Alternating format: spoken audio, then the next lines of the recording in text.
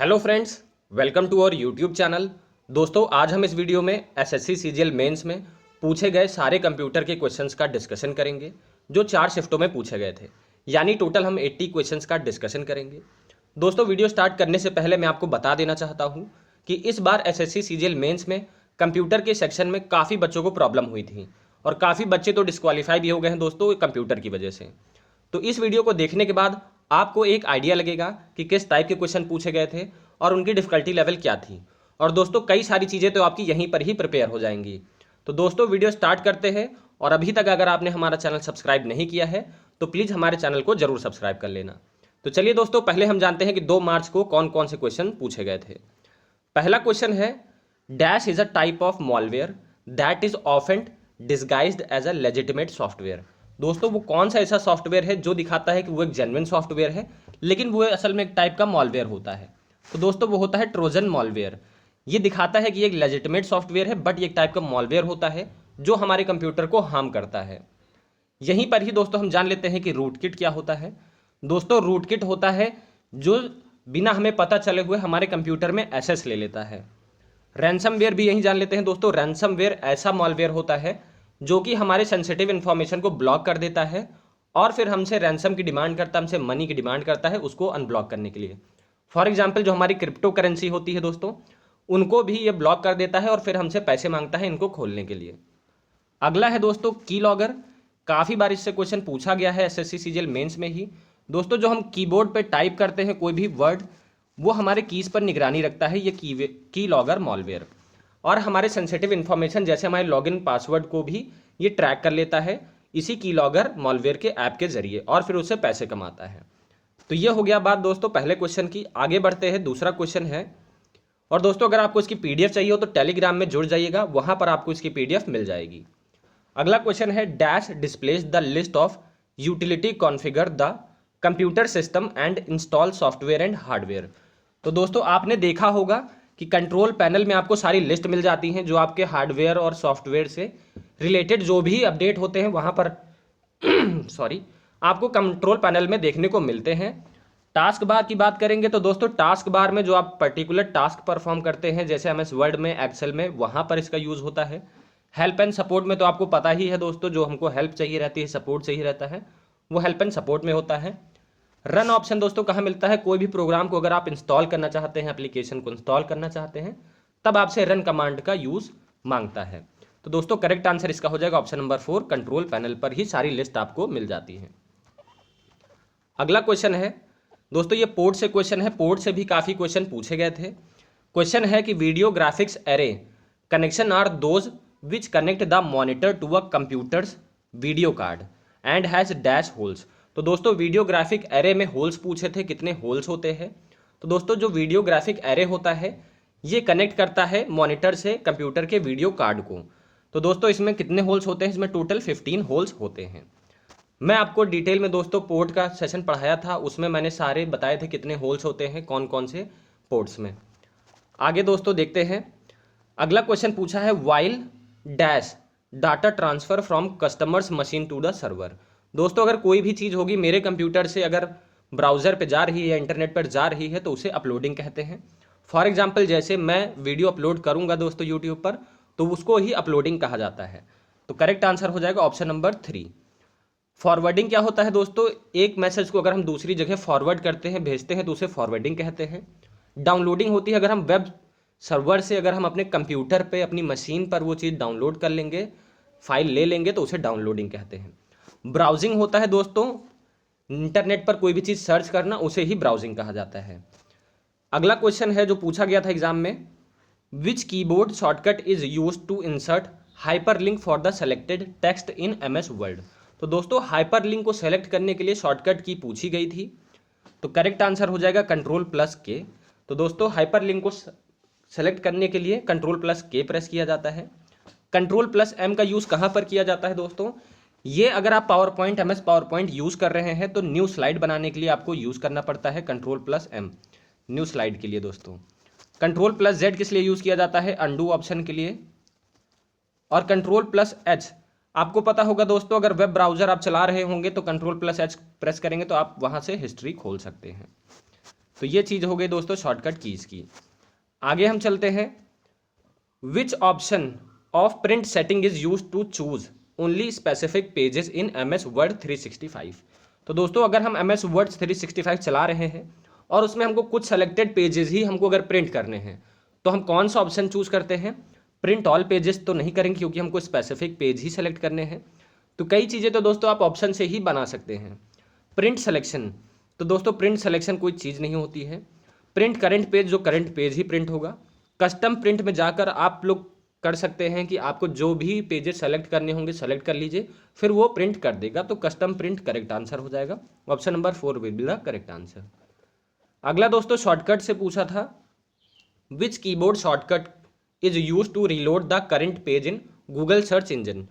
तो दोस्तों जैसा कि आपको पता है कि हम F5 का यूज़ करते हैं रिफ्रेश करने के लिए, सेम ऐसे ही अगर आप गूगल सर्च इंजन चला रहे हैं, अगर आपको रिफ्रेश करनी है करंट पेज को, तो आप F5 ही प्रेस करेंगे। F3 पेज किस लिए होता है दोस्तों? ये सर्च के लिए होता है। F1 की किस लिए होता है दोस्तों? F1 की होता है हेल्प के लिए।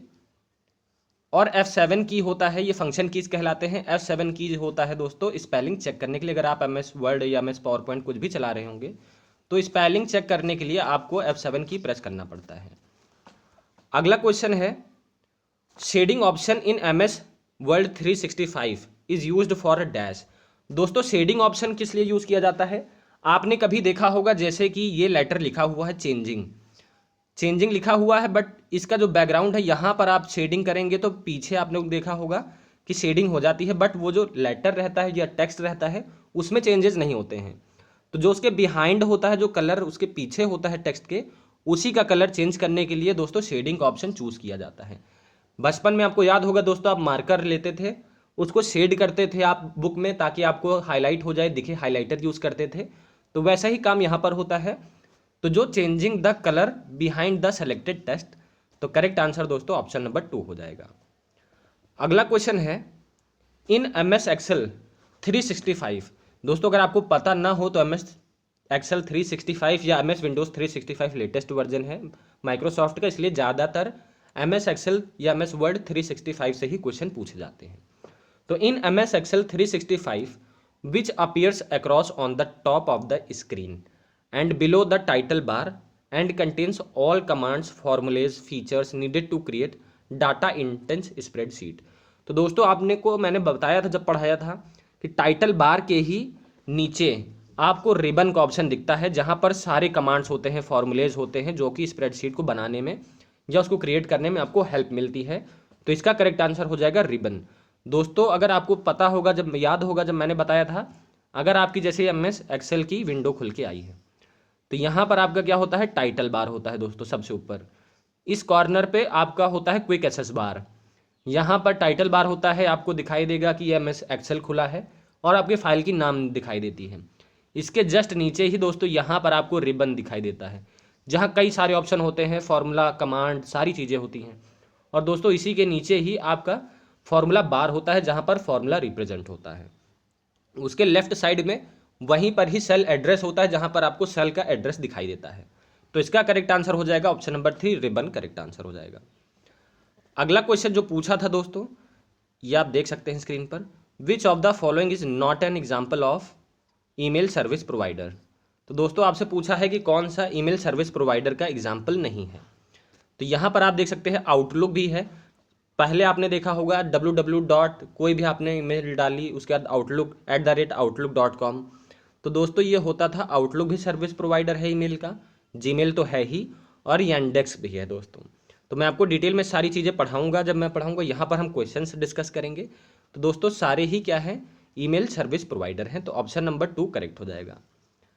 अगला क्वेश्चन देखते हैं जो पूछा गया था, which among the following is incorrect about laser printers. Laser printer can print multiple copies at a time, fast speed, uses laser light for producing dot to form character on page, supports multiple font and sizes। तो दोस्तों जो laser printer होता है, ये laser का use तो करता है, ये डॉट बना कर कैरेक्टर जनरेट करता है। इसकी स्पीड भी काफ़ी तेज़ होती है, काफ़ी सारे मल्टीपल फॉन्ट और साइजेस को भी ये सपोर्ट करता है। लेकिन दोस्तों एक टाइम पे ये एक ही कॉपी प्रिंट करता है। तो ऑप्शन नंबर 1 इनकरेक्ट हो जाएगा। तो option number 1 will be the incorrect. अगला क्वेश्चन आपसे पूछा है, which of the following is correct option in MS Excel 365 if a value in cell of column A and row 10 is to be referred in a function or a formula. दोस्तों मैंने बताया था कि cell होता है वो alphabet से denote किया जाता है एक्सेल में, रो होता है वो नंबर से डिनोट किया जाता है। इसका एड्रेस क्या होगा? तो दोस्तों सबसे पहले कॉलम आता है, अल्फाबेट आएगा, उसके बाद रो आएगा। तो A10 करेक्ट आंसर हो जाएगा। ऑप्शन नंबर 3 आप देख सकते हैं, डायरेक्ट न डैश होता है न कॉमा होता है, तो A10 will be the correct answer. Sorry, ये हो जाएगा करेक्ट आंसर दोस्तों ए, और बीच में ये होता है दोस्तों, उसके बाद रो का नंबर होता है, तो ऑप्शन नंबर ए करेक्ट हो जाएगा। अगला क्वेश्चन है, the memory unit that communicates directly with the CPU is called dash memory. दोस्तों जो मेमोरी डायरेक्ट कॉन्टैक्ट करती है CPU से और मेन मेमोरी से, उसे क्या कहते हैं? उसे कैश मेमोरी कहते हैं। तो करेक्ट आंसर हो जाएगा दोस्तों कैश मेमोरी। दोस्तों मेन मेमोरी मैं बताना, CPU और मेन मेमोरी से जो डायरेक्टली कम्युनिकेट करती है उसे कैश मेमोरी कहते हैं, और जो मेमोरी यूनिट डायरेक्टली CPU से कनेक्ट होती है वो मेन मेमोरी होती है। तो दोस्तों अगर CPU और मेन मेमोरी के बीच में कम्युनिकेशन पूछा जाए तो वो कैश मेमोरी होगी, अगर CPU और मेमोरी यूनिट के बीच में पूछा जाएगा तो वो मेन मेमोरी होगी। अगला क्वेश्चन है, which of the following statement is incorrect. आपसे पूछा है कौन सा स्टेटमेंट इनकरेक्ट है। Cache memory keeps the program that can be run in a short amount of time, तो ये करेक्ट है। कैश मेमोरी छोटे समय के लिए वो प्रोग्राम का स्टोरेज रखती है। Size of cache memory usually small, तो बहुत छोटी मेमोरी होती है cache memory. Cache memory is faster than main memory, तो ये भी सही है दोस्तों, कैश मेमोरी फास्टर होती है मेन मेमोरी से। कैश मेमोरी स्टोर्स डाटा इन परमानेंट यूज, तो दोस्तों ये गलत हो जाएगा क्योंकि टेम्परेरी स्टोर करता है डाटा को, तो ऑप्शन नंबर 4 करेक्ट हो जाएगा। अगला क्वेश्चन है दोस्तों, dash cookies track you and expose your privacy. दोस्तों कौन सा कुकी है जो आपको एक्सपोज कर देता है आपकी प्राइवेसी को? तो दोस्तों वो थर्ड पार्टी होता है कुकी जो आपकी प्राइवेसी को एक्सपोज करता है और आपको ट्रैक करता है। तो ऑप्शन नंबर 1 याद रखिएगा, करेक्ट आंसर 1 है। टाइप्स ऑफ कुकीज़ भी मैं आपको बताऊंगा दोस्तों जब डिटेल में चीज़ें पढ़ेंगे। अगला क्वेश्चन है, which among the following statement is correct. तो इनकरेक्ट, आपको इनकरेक्ट स्टेटमेंट बताना है, ये पूछा गया था। Trojan self replicate and infect other files.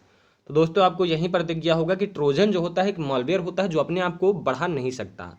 Virus होते हैं दोस्तों जो अपने आप को बढ़ाते रहते हैं कंटिन्यूसली। तो सबसे पहले तो यही गलत हो गया, फिर बाकी आप देख सकते हैं सारी चीज़ें सही हैं। ट्रोजन लुक्स लेजिटिमेट सॉफ्टवेयर, सबसे पहला क्वेश्चन यही था। Some trojan create backdoors to give malicious user to give to access to the system, ये भी सही है। ये जो ट्रोजन होते हैं ना दोस्तों, ये दूसरे जो ऐप्स होते हैं उनको एक्सेस देने का काम करता है। तो पहला ही करेक्ट हो जाएगा, इनकरेक्ट ऑप्शन। अगला क्वेश्चन है, dash is a passage to connect two networks that may work on different networking models. तो दोस्तों करेक्ट आंसर हो जाएगा गेटवे होता है, जो कि एक पैसेज होता है। अगर पैसेज की बात आए तो गेट, आप गेट से ही देख सकते हैं नाम से कि एक रास्ता होता है, गेट का मतलब रास्ता होता है। तो ये दो नेटवर्क के बीच का एक रास्ता होता है, तो करेक्ट आंसर हो जाएगा गेटवे। पैसेज जहां आपको दिखे दोस्तों, बाकी आप यहाँ पर हब स्विच राउटर देखेंगे सारे कनेक्टिंग डिवाइस होते हैं, बट गेटवे एक पैसेज होता है दो कनेक्टिंग नेटवर्क्स के बीच में। अगला क्वेश्चन है, dash is a high speed device used in CPU that is utilized to store data temporarily during processing. दोस्तों वो कौन सी मेमोरी है जो हाई स्पीड होती है और डाटा को टेम्परेली स्टोर करती है? तो दोस्तों वो रजिस्टर होते हैं जो कि डाटा को बहुत टेम्परेली स्टोर करते हैं। तो ऑप्शन नंबर 3 करेक्ट हो जाएगा। The instruction that is not to be executed immediately is in placed of. दोस्तों जो एकदम से नहीं एग्जीक्यूट होने वाले होते हैं उनको कहाँ पर प्लेस किया जाता है? तो दोस्तों वो इंस्ट्रक्शन बफर रजिस्टर में स्टोर किए जाते हैं। ऑप्शन नंबर 3 करेक्ट आंसर हो जाएगा। प्रोग्राम काउंटर में क्या होता है दोस्तों? इसमें जो कि एग्जीक्यूट होने वाली होंगी वहाँ पर इन्हें स्टोर किया जाता है प्रोग्राम काउंटर में। मेमोरी एड्रेस रजिस्टर में दोस्तों क्या होता है कि इसमें जो मेमोरी का एड्रेस होता है वहाँ पर इसका एड्रेस दोस्तों स्टोर किया जाता है। करंट इंस्ट्रक्शन रजिस्टर में इंस्ट्रक्शन अगर है तो यहाँ आप देख सकते हैं कि इंस्ट्रक्शन ही एग्जीक्यूट किया जाएगा। यहाँ पर भी देख सकते हैं इंस्ट्रक्शन आया था, तो आपको ऑप्शन नंबर 1 और 3 में ही चूज़ करना था, ये दोनों तो होंगे नहीं। बट आपको यहाँ देखना था कि जो एग्जीक्यूट नहीं होंगे इमीडिएटली उनको कहाँ पर स्टोर किया जाता है, तो बफर रजिस्टर में स्टोर किया जाता है। अगला क्वेश्चन जो पूछा गया था दोस्तों है dash is also known as electronic disk. तो दोस्तों एसएसडी होता है सॉलिड स्टेट ड्राइव होती हैं जिनको इलेक्ट्रॉनिक डिस्क कहा जाता है। अगला क्वेश्चन है दोस्तों, यहाँ पर 2 मार्च की शिफ्ट खत्म हो चुकी है, अब हम आते हैं 3 मार्च की शिफ्ट पे। दोस्तों पूछा है some cookies are automatically repeated recreated after a user has deleted them, these are called as. तो दोस्तों आपको नाम से पता चल रहा होगा ज़ॉम्बी क्या होते हैं, वो अगर मर भी जाते हैं फिर जिंदा हो जाते हैं। इसी तरह अगर आपने कुकीज़ को डिलीट कर दिया तो वो फिर अपने आप ही रिक्रिएट हो जाते हैं, तो वो ज़ॉम्बी कुकीज़ हो जाएंगी। दोस्त अगला क्वेश्चन है which among the following device is known as visual display unit. तो आपको पता है दोस्तों विजुअल डिस्प्ले यूनिट क्या होते हैं, जहां पर हम चीज़ों को देख सकते हैं। तो वो मॉनिटर होता है दोस्तों, यही स्क्रीन होती है जहां पर विजुअल चीज़ें दिखाई देती हैं। अगला है which among the following keyboard shortcut is used to bookmark the current web pages on the web browser. दोस्तों अगर आप कोई भी वेब ब्राउज़र पर चीज़ें चला रहे हैं, अगर आपको उसको बुक मार्क लगाना है तो कौन से शॉर्टकट की यूज़ करेंगे। तो करेक्ट आंसर हो जाएगा Ctrl+D।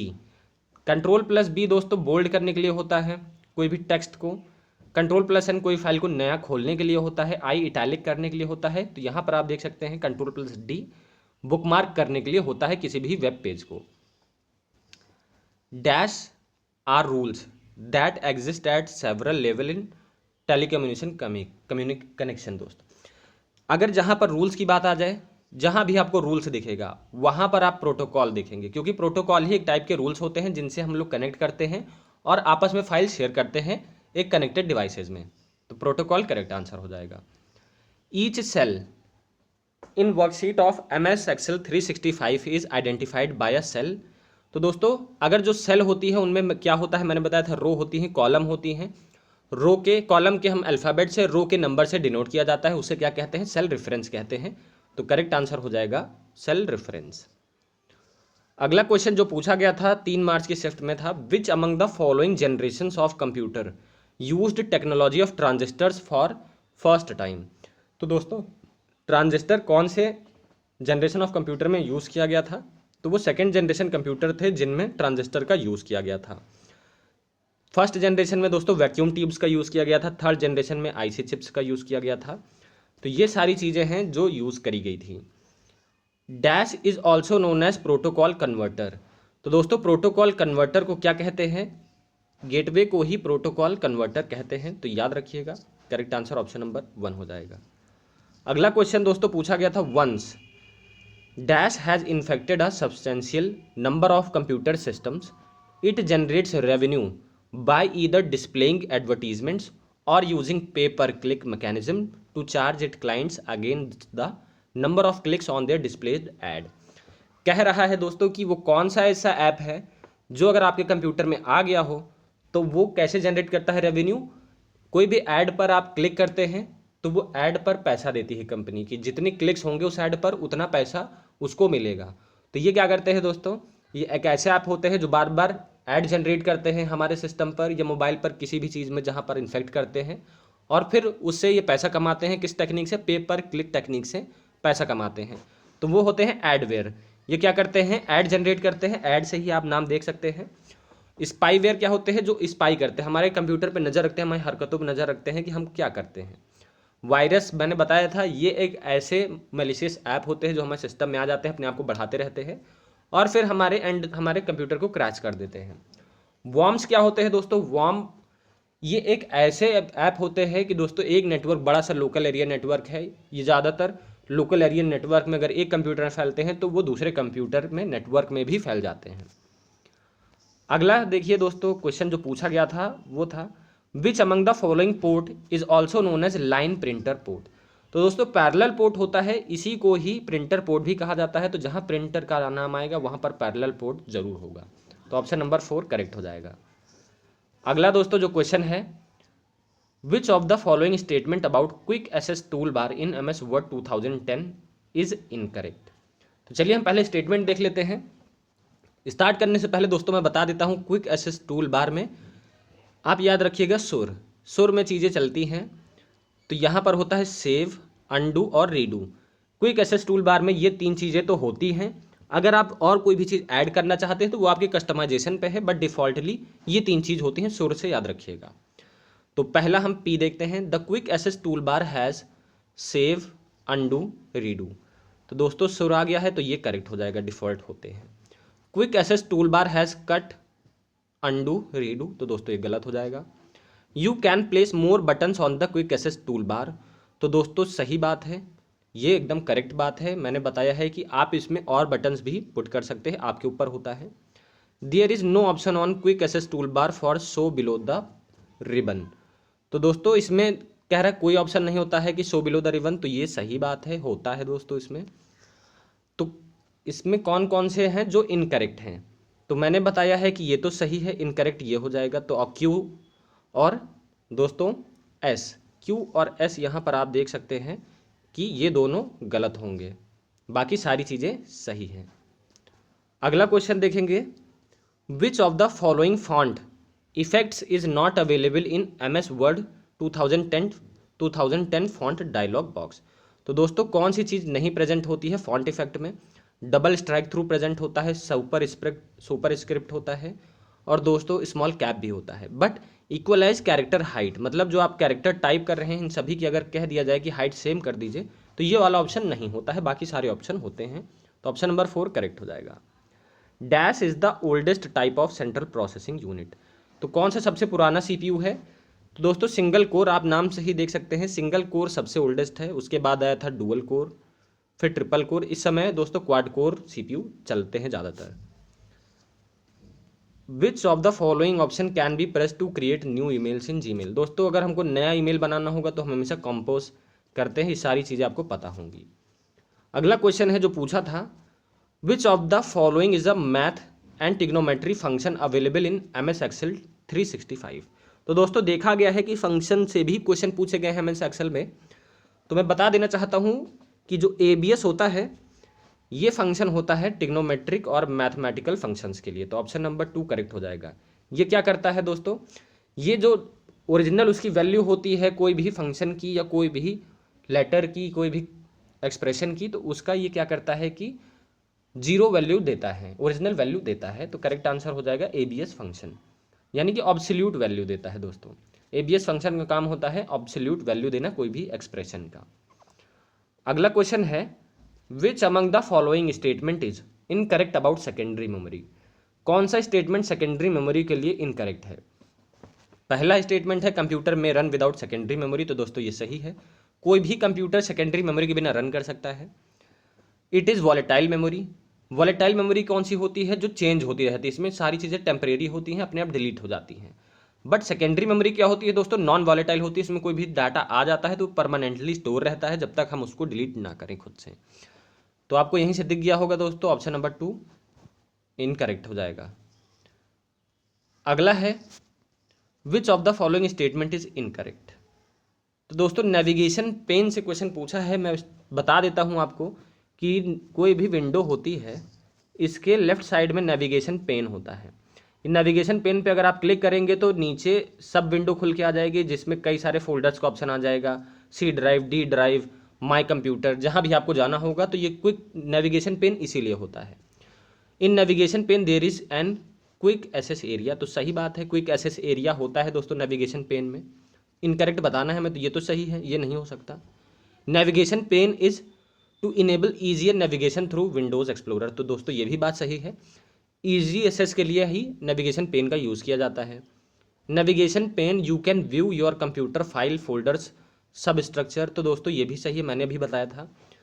The right window of window explorer is called navigation pane, तो मैंने बताया है कि स्क्रीन के लेफ्ट में होती है दोस्तों, यहाँ पर राइट बोल रहा है, तो ये ऑप्शन गलत हो जाएगा। तो option number 4 will be the incorrect. अगला क्वेश्चन है, dash virus are embedded in a system memory so it can be reactivated if the original virus is deleted, दोस्तों ये कौन से वायरस होते हैं? अगर इनका ओरिजिनल वायरस आप डिलीट कर दीजिए फिर ये अपने आप को रीएक्टिवेट कर लेते हैं।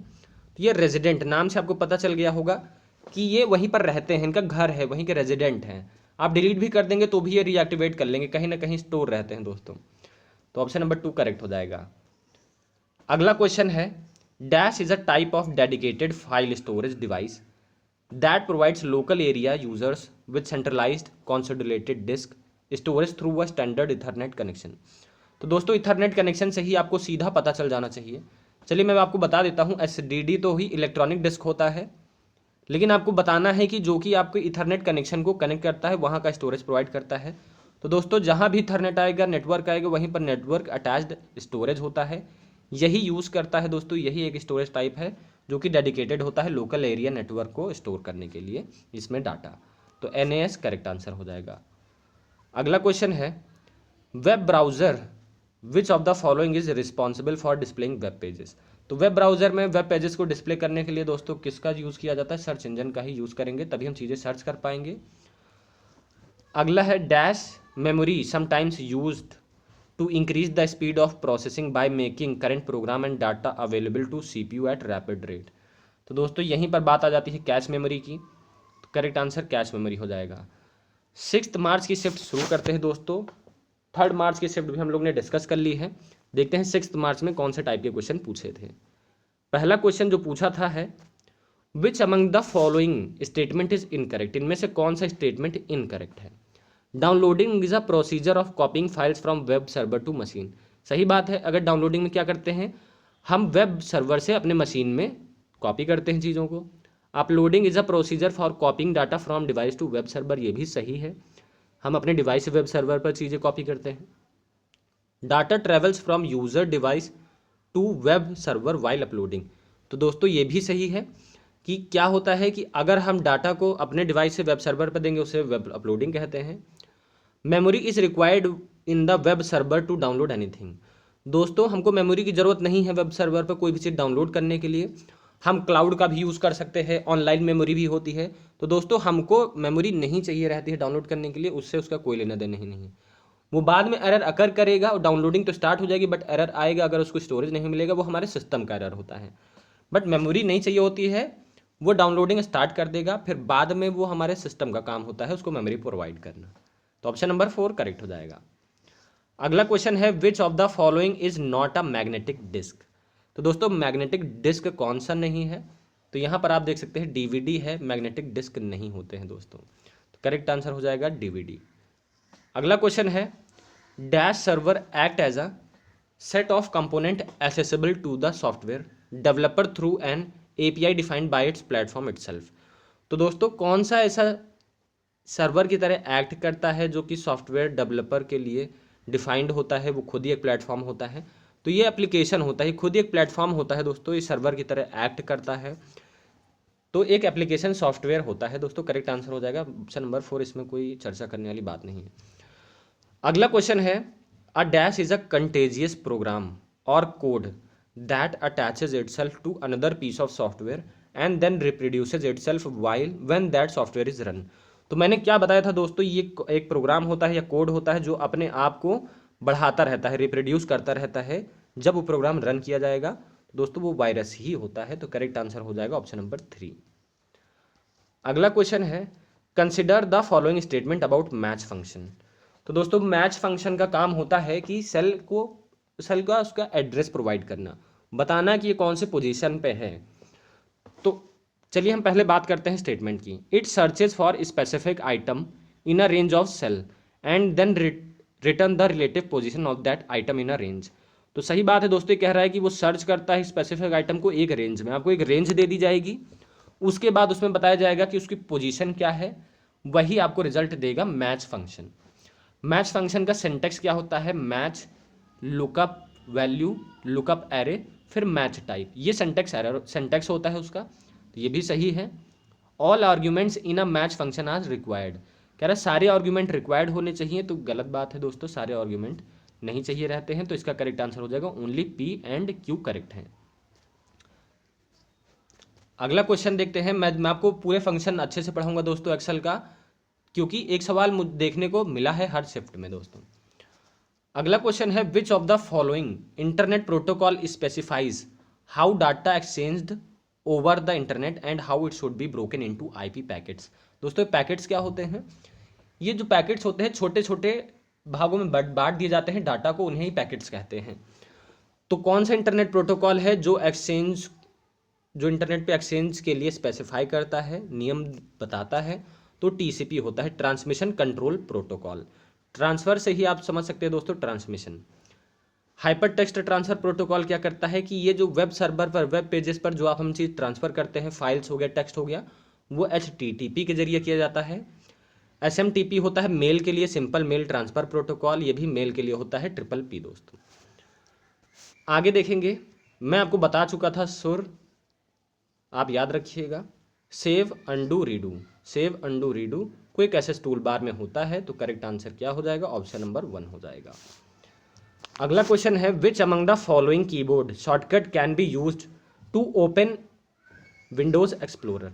तो दोस्तों कौन सी की यूज़ करेंगे कि विंडोज़ एक्सप्लोरर खुल जाए, तो कंट्रोल विंडोज़ की प्लस ई प्रेस करेंगे तो विंडोज़ एक्सप्लोरर ओपन हो जाएगा। अगला क्वेश्चन है, in Gmail what do you use when you receive a mail and want to send the mail in response of the same mail to original sender. अगर हमने mail लिया है किसी से, अगर हमको वापस से उसी को भेजना है तो हम क्या यूज़ करेंगे दोस्तों, रिप्लाई का यूज़ करेंगे। रिप्लाई और कर देंगे, सबको चला जाएगा, तो हम क्या करते हैं, रिप्लाई का ही ऑप्शन प्रेस करते हैं। अगला क्वेश्चन है, which among the following keyboard shortcut open the properties for selected item on Windows 10 home screen. अगर दोस्तों हमको प्रॉपर्टीज खोलना होगा विंडोज 10 की होम स्क्रीन पर, तो हम क्या प्रेस करेंगे, ऑल्ट प्लस एंटर प्रेस करेंगे, तो क्या खुल के आ जाएगा दोस्तों, प्रॉपर्टीज का ऑप्शन खुल के आ जाएगा। अगला क्वेश्चन है, which of the following shortcut key is use to create a new blank workbook in MS Excel 2010। तो कंट्रोल प्लस एन का यूज़ करेंगे, आप दोस्तों देख सकते हैं, कोई भी नई चीज़ के लिए कंट्रोल प्लस एन प्रेस करते हैं। Which of the following is incorrect about cache memory. तो दोस्तों मैंने आपको वहाँ पर अभी बताया था कि कैश मेमोरी क्या काम करती है, मेन मेमोरी और CPU के बीच का बफर के काम करती है। चलिए देखते हैं स्टेटमेंट क्या कहता है, it keeps the program that can be run in a short amount of time. तो कम समय के लिए जो प्रोग्राम रन करना होगा उसी को स्टोर करता है, तो ये सही है। Stores data in temporary use, ये भी सही है। It acts as a high speed buffer between CPU and main memory, ये भी सही है। It is slower than main memory, नहीं, यही गलत है, क्योंकि जो कैश मेमोरी होता है मेन मेमोरी से भी तेज होता है दोस्तों। अगला क्वेश्चन है, which among the following register is instruction cycle hold the last instruction fest. तो दोस्तों मैंने बताया था कि इंस्ट्रक्शन की बात आएगी, तो यहाँ पर ही आप इंस्ट्रक्शन देख सकते हैं, इंस्ट्रक्शन रजिस्टर होता है जो कि जो लास्ट इंस्ट्रक्शन को फेच करता है कि ये आगे एग्जीक्यूट होगा, तो वो इंस्ट्रक्शन रजिस्टर होता है। इन सभी चीज़ों के बारे में आपको डिटेल में बताऊंगा दोस्तों। आगे चलते हैं, which of the following is also known as flash drive. तो दोस्तों फ्लैश ड्राइव पेन ड्राइव को ही कहा जाता है, तो ऑप्शन नंबर 3 करेक्ट हो जाएगा। A dash can either be malware or hardware, the main purpose of this malware is to record the keys pressed by a user. मैंने अभी बात करी थी दोस्तों की लॉगर की, कि ये हमारी कीज़ को दोस्तों डिटेक्ट करता है और हमारे लॉगिन इन्फॉर्मेशन को रिकॉर्ड कर लेता है। A dash is a networking device that filters network traffic while connecting multiple computer और कम्युनिकेशन डिवाइसेस। तो दोस्तों वो कौन होता है, स्विच होता है जो कई सारे नेटवर्किंग डिवाइस को फिल्टर करके कनेक्ट करता है। अगला है, dash is a reading device. दोस्तों यहीं पर मैं ही आपको राउटर के बारे में भी बताना चाहता हूँ। राउटर दोस्तों क्या होते हैं, कई सारे जो स्विचेस से कनेक्ट होकर नेटवर्क बनते हैं, वो राउटर उनको कनेक्ट करने का काम करता है, सभी का कनेक्ट करने का काम होता है दोस्तों। यहाँ पर dash is a reading device that reads printed text bye scanning it character bye character. तो दोस्तों ऑप्टिकल कैरेक्टर रीडर होता है जो कि रीड इनपुट डिवाइस होता है, कैरेक्टर रीड करने के लिए कैरेक्टर बाय कैरेक्टर यूज़ किया जाता है। अगला क्वेश्चन है, which among the following statement is incorrect about central processing unit. दोस्तों इनमें से कौन सा स्टेटमेंट इनकरेक्ट है सेंट्रल प्रोसेसिंग यूनिट से। Control unit direct and manages operation sequence.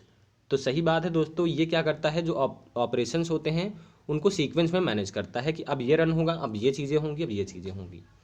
Arithmetic logical unit is responsible for taking input, converting it into signal and storing it to the further processing. तो दोस्तों arithmetic logical unit का एक ही काम होता है कि जो अरिथमेटिक होते, जैसे मैथमेटिकल कैलकुलेशंस होती हैं, उनको करना, ना कि उसे स्टोर करना, ना कि उसको प्रोसेस करना। तो करेक्ट आंसर दोस्तों इनकरेक्ट यही है, तो करेक्ट आंसर हो जाएगा ऑप्शन नंबर 2।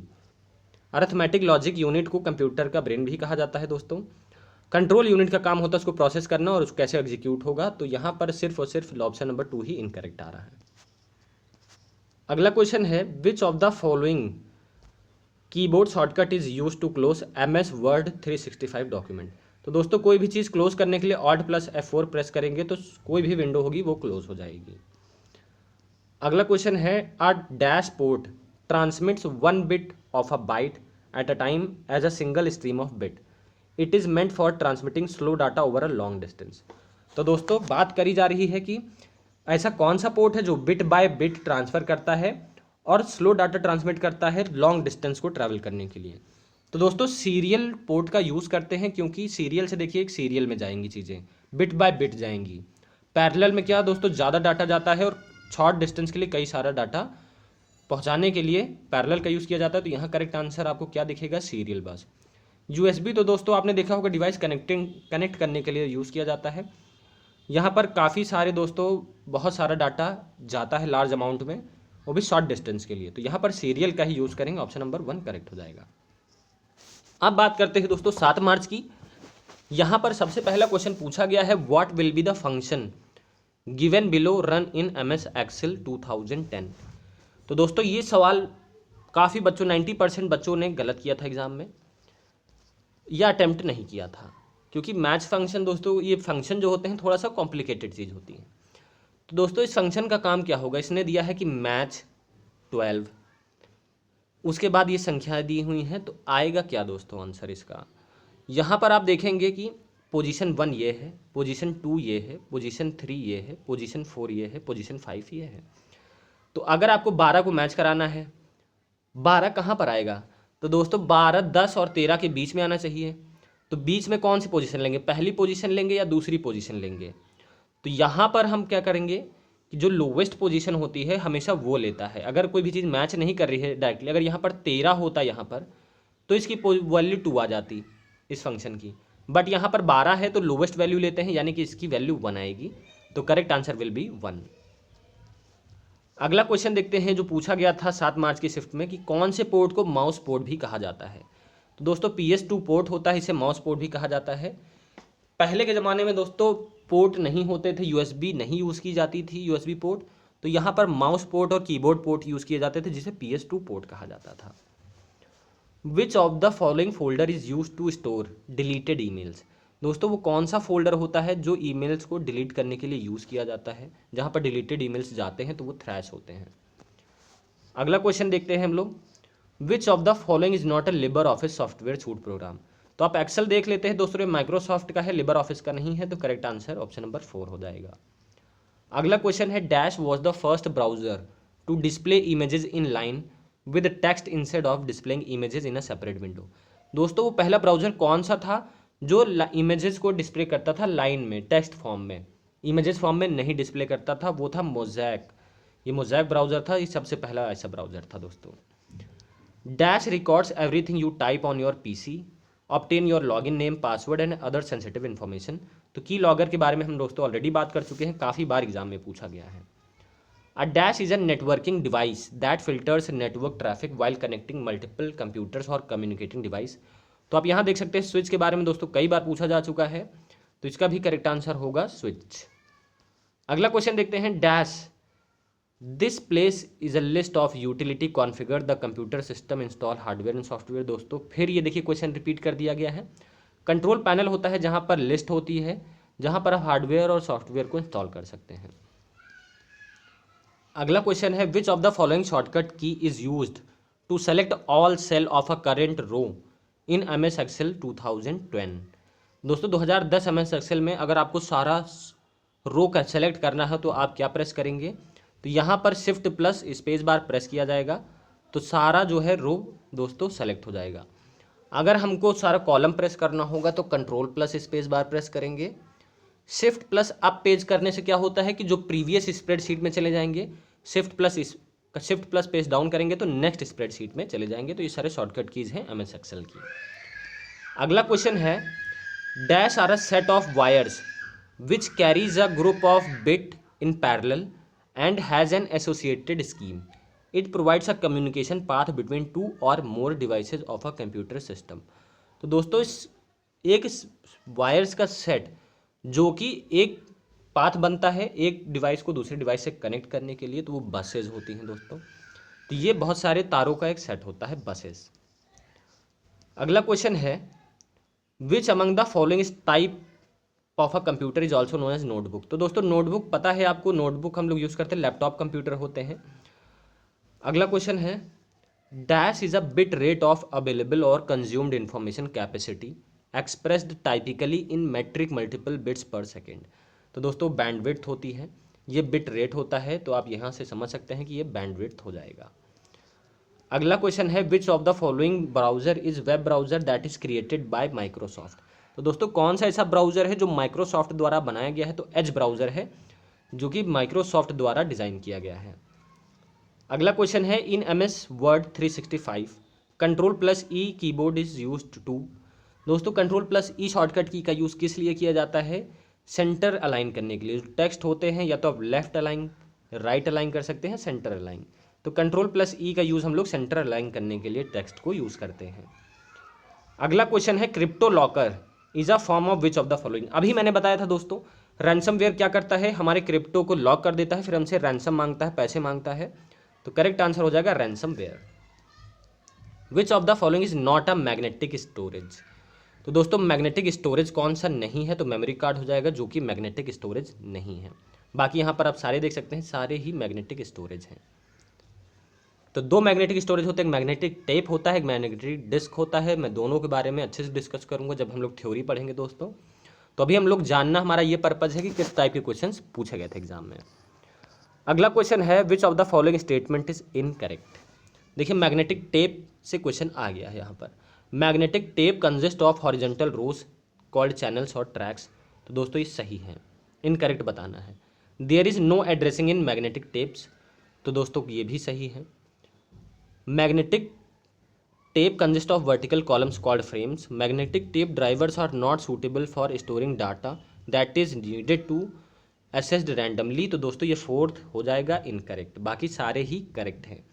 क्योंकि दोस्तों ये रैंडमली असेस करने के लिए मैग्नेटिक टेप का यूज़ किया जाता है, क्योंकि सेक्टर ऑफ फ्रेम्स में डाटा स्टोर होते हैं, तो रैंडमली हम लोग यहाँ पर डाटा उठा सकते हैं। बट यहाँ पर बोल रहा है कि ये मैग्नेटिक टेप ड्राइवर सूटेबल नहीं होते हैं रैंडमली असेस करने के लिए, तो ये गलत हो गया है।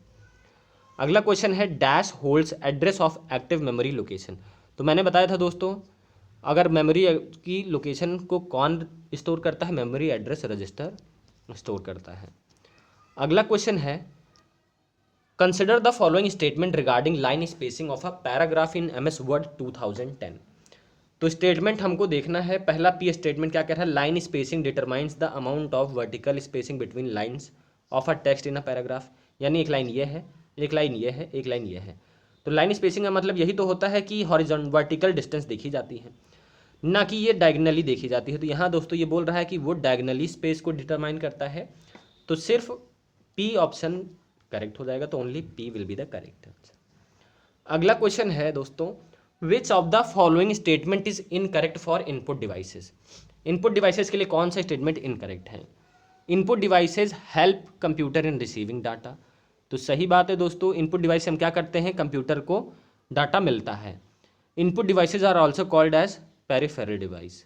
तो दोस्तों इनपुट और आउटपुट दोनों डिवाइसेस को ही पेरिफेरल डिवाइस कहते हैं, तो यहाँ पर ये चीज़ें गलत हो गई हैं। Optical mark reader is input device, सही जवाब है। Input device accept user data, दोस्तों ये भी सही है। तो क्या हो जाएगा, input devices are also called as peripheral device, ये गलत हो जाएगा। तो दोस्तों ये थे आज के कंप्यूटर की हमारी सेशन, खत्म होती है यहीं पर। ये टोटल 80 क्वेश्चंस हमने डिस्कस कर लिए हैं जो कि SSC CGL मेंस में पूछे गए थे 2 मार्च, 3 मार्च, 6 मार्च और 7 मार्च को। तो उम्मीद करता हूँ आपको एक आइडिया लग गया होगा और आपको काफ़ी सारी चीज़ें इस सेशन से क्लियर हो गई होंगी। तो दोस्तों वीडियो अच्छा लगा हो तो चैनल को लाइक सब्सक्राइब जरूर कर लेना। मिलते हैं दोस्तों अपने नेक्स्ट वीडियो में ऐसे ही अच्छी वीडियोज़ के साथ।